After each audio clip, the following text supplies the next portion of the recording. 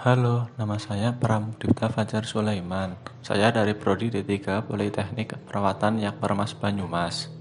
Di sini, saya akan membahas materi tentang komunikasi efektif. Apa itu komunikasi efektif? Komunikasi efektif adalah pertikaran informasi, ide, perasaan yang menghasilkan perubahan sikap sehingga terjalin sebuah hubungan baik antara pemberi pesan dan penerima pesan. Kita dapat mengatakan bahwa itu umumnya melibatkan pengirim. Pengirim adalah orang yang memulai proses komunikasi dengan mengirimkan pesan, receiver, yang tidak ditunjukkan kepada siapa pesan tersebut akan disampaikan. Isi komunikasi yang efektif meliputi karakter, keterampilan, dan makna.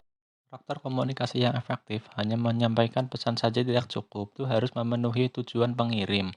Dengan mengingat hal ini, mari kita bahas elemen-elemen yang membuat komunikasi efektif. Yang pertama, pesan yang jelas. Pesan yang ingin disampaikan pengirim harus sederhana, mudah dijangkau, dan disusun secara sistematis untuk mempertahankan kebermaknaannya. Yang kedua, pesan yang benar.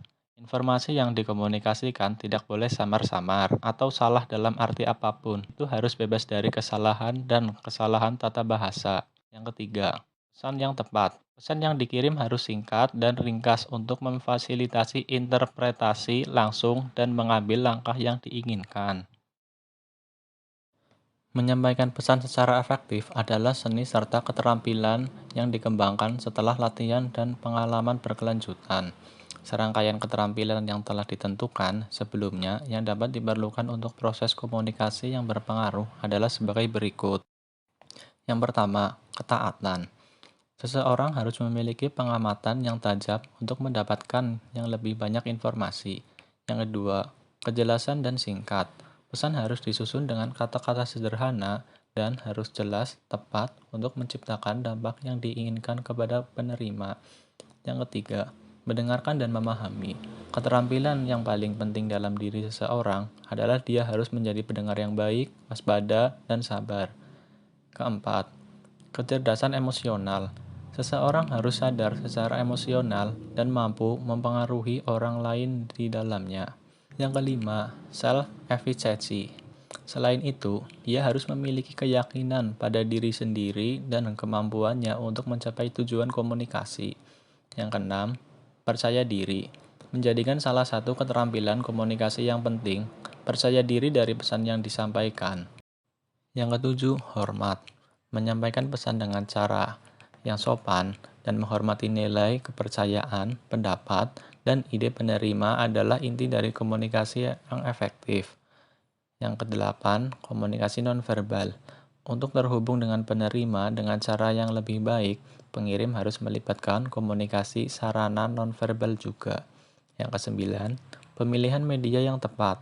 Pemilihan media yang tepat untuk berkomunikasi juga merupakan keterampilan. Anda perlu memilih media yang sesuai dengan situasi, prioritas pesan, sudut pandang penerima, dan lain-lain.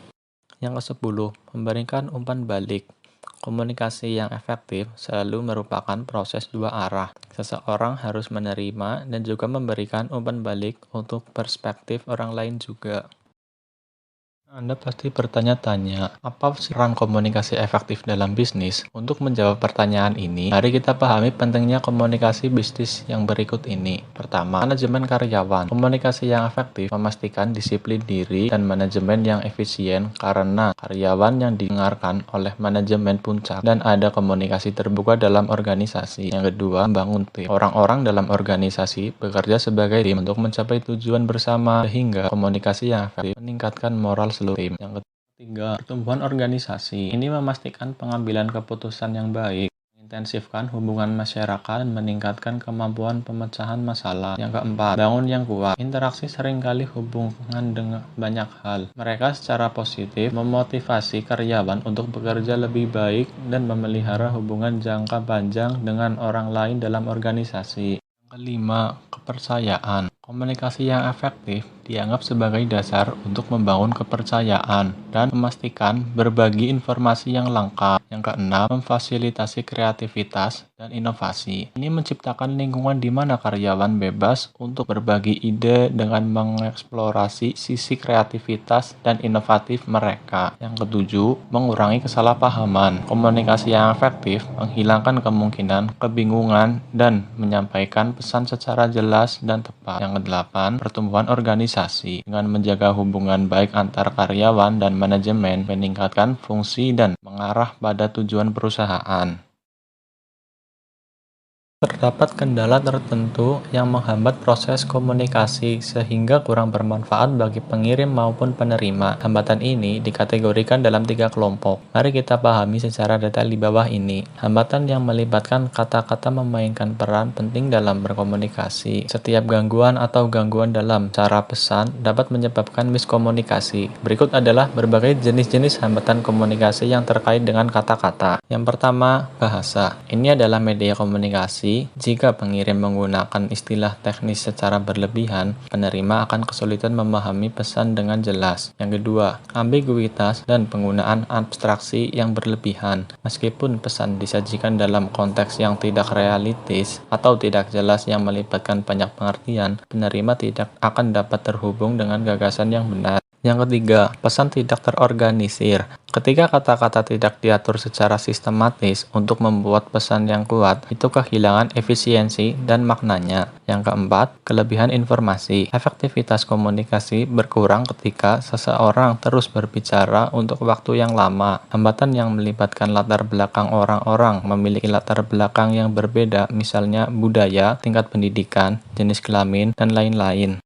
Yang kelima, perbedaan sikap. Kadang-kadang orang yang menolak untuk memahami atau berubah pikiran ketika mereka menetapkan pandangan tentang topik tertentu. Sikap mereka menahan tujuan komunikasi. Keenam, perbedaan demografis. Perbedaan usia, generasi, jenis kelamin, status, tradisi, dan lain-lain. Yang ketujuh, kurangnya pengalaman atau perspektif umum. Pengalaman seseorang mengembangkan perspektif mereka dalam melihat suatu dengan cara tertentu. Perspektif ini bervariasi dengan orang ke orang. Yang kedelapan, melompat ke kesimpulan. Beberapa orang sabar dalam mendengarkan orang lain dan sering kurang dari komunikasi, sehingga kesimpulan motif pesan. Yang kesembilan, jarak fisik. Ketika orang berkomunikasi dalam jarak jauh, mereka kehilangan aspek komunikasi nonverbal karena gerakan dan ekspresi penerima tidak dapat terlihat. Yang kesepuluh, hambatan fisiologis. Salah satu hambatan paling umum untuk komunikasi yang efektif adalah fisik orang yang terlibat. Beberapa di antaranya adalah gangguan pendengaran, gangguan penglihatan, gagap, dan lain-lain. Mungkin cukup sampai di sini pembelajaran materi komunikasi efektif. Saya mohon maaf apabila ada kesalahan dalam bahasa atau pengucapan. Sekian, terima kasih. Wassalamualaikum warahmatullahi wabarakatuh.